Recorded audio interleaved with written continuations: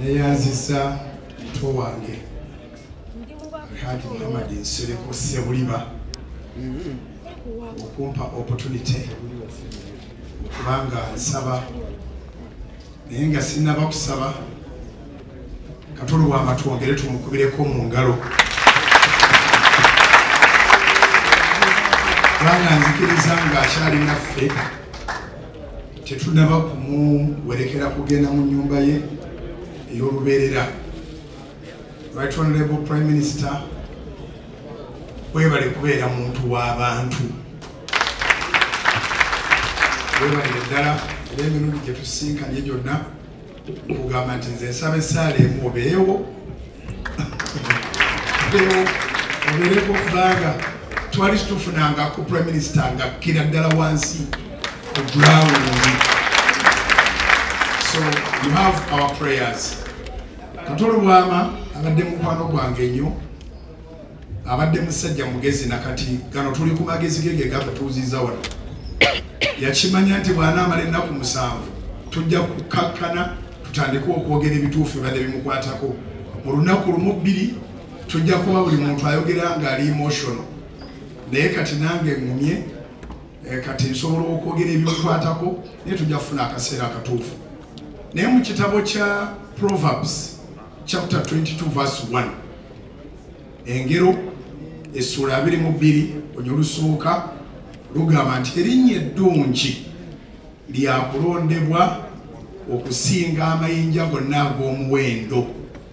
Erinnya eddungi. To our children, the bereaved family, I want to encourage you and to assure you that you can never suffer. Your father has left a good name. Tewaliwo obulumi bwe mugenda kubaamu. Kitalo nnyo okuba nti abamu bakwata Bayibuli ne batagitegeera. Naye Matayo essula ya 9 olunyiriro lw'13 lugamba bwe luti.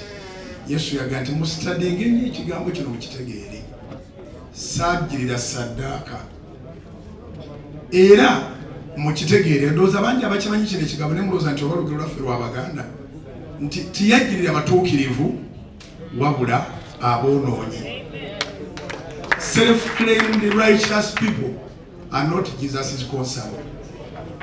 Jesus is concerned about those who feel repentance, abasobola okwenenya. So ndowooza naffe bajja tusalira emisango abayimiridde naye ffe tuyimirire lwakubanga tukimanyi nti tajjirirangako batuukirivu wabula abalina ebibi. Era ebibiina ebyo biruddewo byamwogerangako ne bagenda bamusajja ono tulabika twatomera. Ono ayinza okuba nga muntu wa Katonda ono alya n'ebamalaaya n'ababooza n'ababbi n'abantu ababuli ngeri naye ng'abayogeranga bwe batyo onooba osomyaho omwaka Matayo 23 yabagamba bali hypocrites era n'abagamba nti banyiridde kungulu bambala bulungi amatanvuga naye munda mulimu amalaalo. Matayo 23 gisoma ogibaleyo olaba olutalo lwa Yesu ne bannaddiini. Yesu ayagala abantu bonna. Mukama yantuma mu kibuga muno okubuulira enjiri eri abantu bonna. John Sega waliwa otyo bana bakulu ababiri bano mwami John Sega ne Abe Mukiibi janguino mbono bere mwami Abe Mukiibi bali mu ntandikwa yange nnyo era nabagante kanisa gyentadde mu bantu bali theater then bamulabanga nyina mwaka badi konna mumanye ekibuga okunsinga nze ndi mu kyalo very ndi mu nakyalo kwa Masaka bwe mpukola mwekoona mu ngobe bugobi twatuuka okuvaawo okugula ewaffe nga serebe bwe mumpita ku ngoba ekizibu nga tekyasobola sasula naye Prime Minister waali ate mmanyi yakamala byonna. Tuyimuse emikono tusabire olunaku lwaffe. Katonda affe omulungi tuyimireko ku bigere byaffe abooluganda tuwe Katonda ekitiibwa. Nsaba emitima gyaffe gyonna gibeere wamu tuyimuse emikono. Katonda affe omulungi twagala kwebaza nti olwaleero essaawa 24 za kubonalinga mwana wo Paul Kato Lubwama for the life well lived. tukwegayiridde bamalayika beyongera okusiisira mu kifo kino tewajja kubaawo kavuyo konna. Obwekiro bonna obutuyiseemu tusabira buli ekigenda okuliibwa na buli ekigenda okunywebwa kitukuzibwe, n'abamu abazze nga balina ebizibu mu mbuto zaabwe bye banaalya ne bye banaanywa bibawonye buwonya. Era tusaba Mukama makyanga bukedde otukulembere tugende ate mu kyalo gye tugenda okumuteeka, naye tagenda kubeera yekka, agenda kubeera ne bamalayika. Famire tugiteeka mu mikono gyo. Tuwulidde abaana nga boogera Katonda yekka. Omu agamba Angel Michael, omulala agamba Angel Raphael. Mukama abaana twogera bateeka mikono gyo, maama waabwe twogera muteeka mikono gyo, bannyinaffe bonna n'abooluganda bonna twogera bateeka mikono gyo.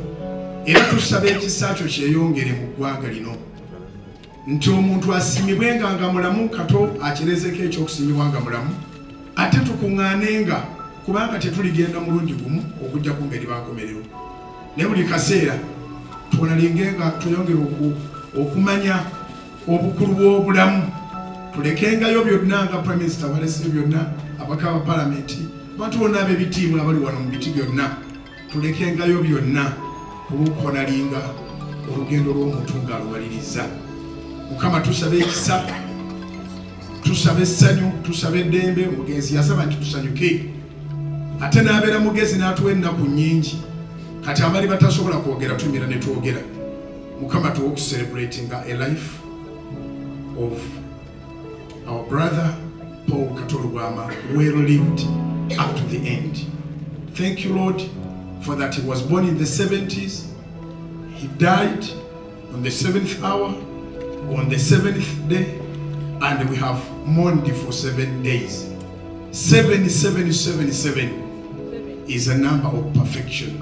Whoever has judged is upon him, but we know that this man has lived a perfect life. In Jesus' mighty name we pray.